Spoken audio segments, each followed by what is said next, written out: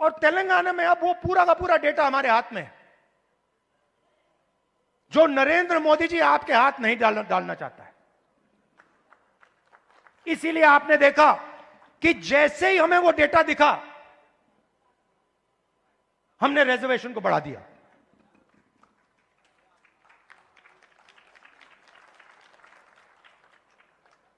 मैंने नरेंद्र मोदी जी को लोकसभा में सामने बोला,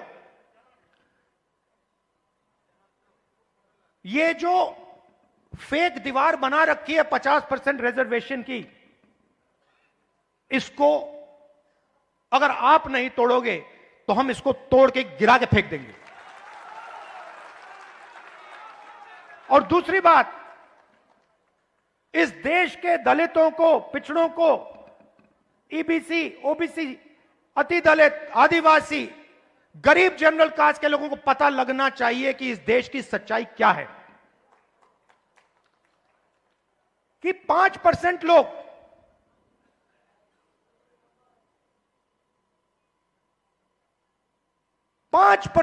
इस पूरे के पूरे देश को चला रहे हैं।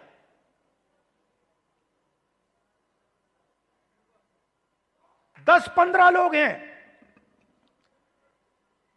जिन्होंने पूरे के पूरे कॉर्पोरेट इंडिया को पकड़ रखा है।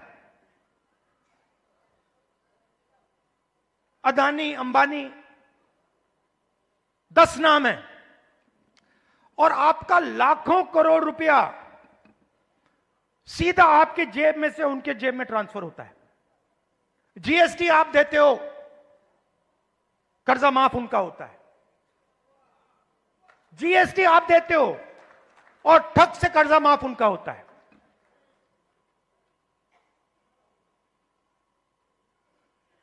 आप स्कूटर में पेट्रोल भरते हो, पैसा उनके जेब में जाता है। आप अपने बच्चों को कॉलेज, यूनिवर्सिटी भेजते हो, पैसा उनके जेब में जाता है। आप बीमार होते हो, पैसा उनके जेब में जाता है। तो आप सबको घेर के रखा हुआ है, इसलिए आपसे सांस नहीं ली जा रही है।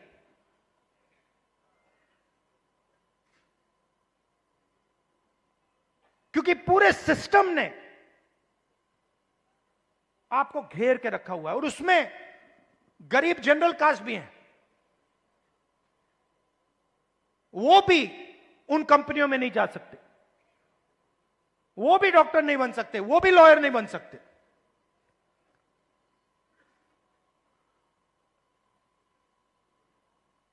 मैं छोटा सा उदाहरण देता हूं आपको।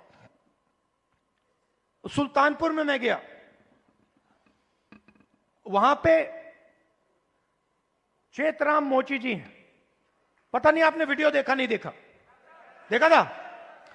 तो मेरी दोस्ती हो गई उनसे। मैंने गाड़ी रोक दी, मैं वहां जाके बैठ गया। मैं आपको बताना चाह रहा हूं कैसे फंसाया गया है, किस प्रकार से फंसा के रखा हुआ है। मैं गया, 40 मिनट में उनके साथ बैठा। मैंने देखा कि हुनर की कोई कमी नहीं है। उनसे आप कोई भी उनको आप कोई भी जूता दे दो और कहो भैया इसको बना दो, कोई भी हो,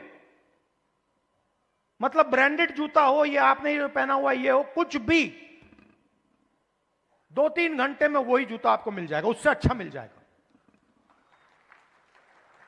और मैंने उनसे पूछा आप यहां कितने साल से हो? कहते हैं 40 साल से हूं राहुल जी, 40 साल।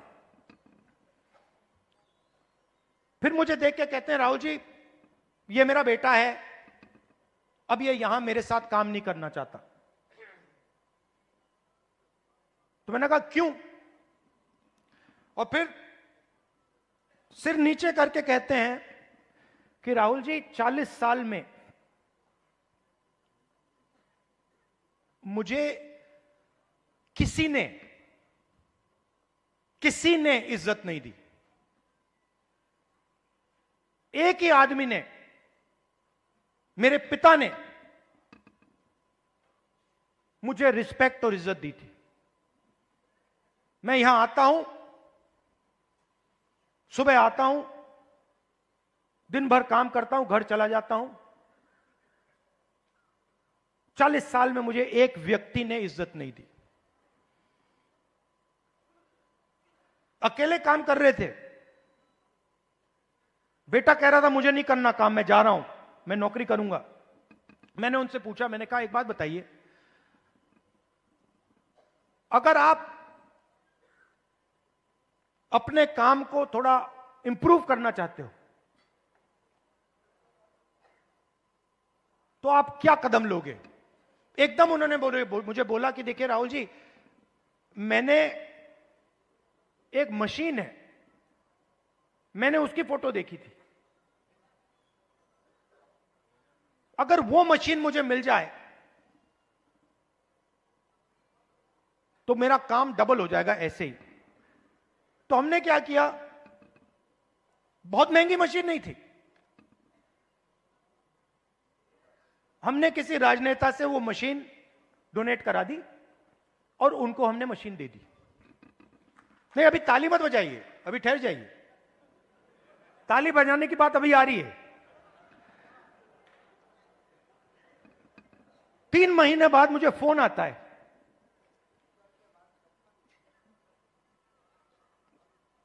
चेतराम मोची जी कहते हैं, राहुल जी मैं बड़ा खुश हूं।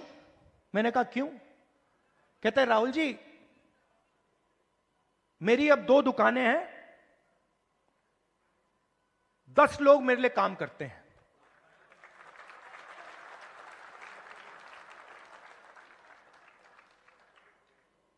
दस लोग मेरे लिए काम करते हैं, मेरी 2 दुकानें हो गई हैं।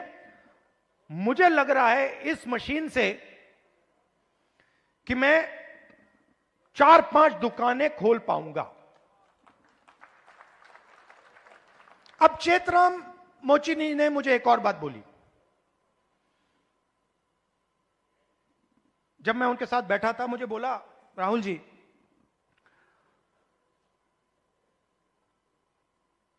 यूपी सरकार ने मुझे एक बार ट्रेनिंग पे बुलाया,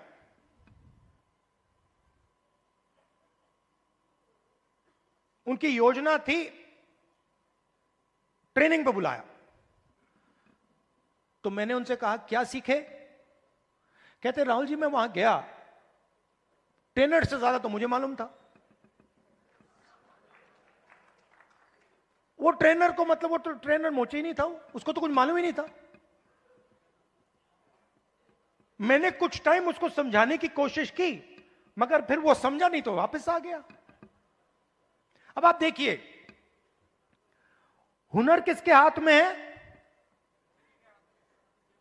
चेतराम जी के हाथ में। ट्रेनिंग कौन दे रहा है?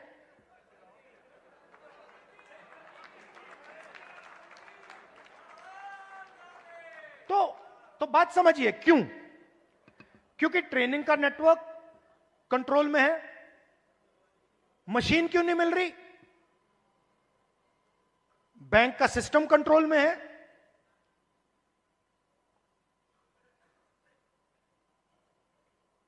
ट्रेनिंग क्यों नहीं हो रही? क्योंकि चेतराम जी ट्रेनिंग के सिस्टम में ही नहीं है। जिसके पास हुनर है, जिसके पास ज्ञान है, वो ट्रेनिंग करा ही नहीं रहा है। तो मैंने क्या किया? इससे मैंने क्या सीखा? मैंने तेलंगाना के चीफ मिनिस्टर को चिट्ठी लिखी और मैंने उनको सुझाव दिया। मैंने कहा कि देखिए, ये पता लगाइए आप कर सकते हैं या नहीं। आईटीआई के सिस्टम में क्या होता है? ट्रेनिंग होती है, बढ़ई की ट्रेनिंग होती है, प्लम्बर की ट्रेनिंग होती है, मोची की ट्रेनिंग होती है, कुम्हार की ट्रेनिंग होती है, ये सब ट्रेनिंग होती है। तेलंगाना में मैंने चीफ मिनिस्टर को सुझाव दिया कि आप ऐसे कीजिए, आप सर्टिफिकेशन सेंटर बनाइए। तेलंगाना में लाखों मोची हैं,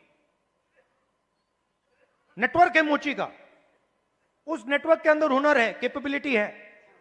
मैंने चीफ मिनिस्टर से कहा कि ट्रेनिंग इनसे करवाइए। तो हजारों मोची, जो गुरु शिष्य की परंपरा है हिंदुस्तान में, हजारों मोची ट्रेनिंग कराएंगे, सर्टिफिकेशन सरकार करेगी।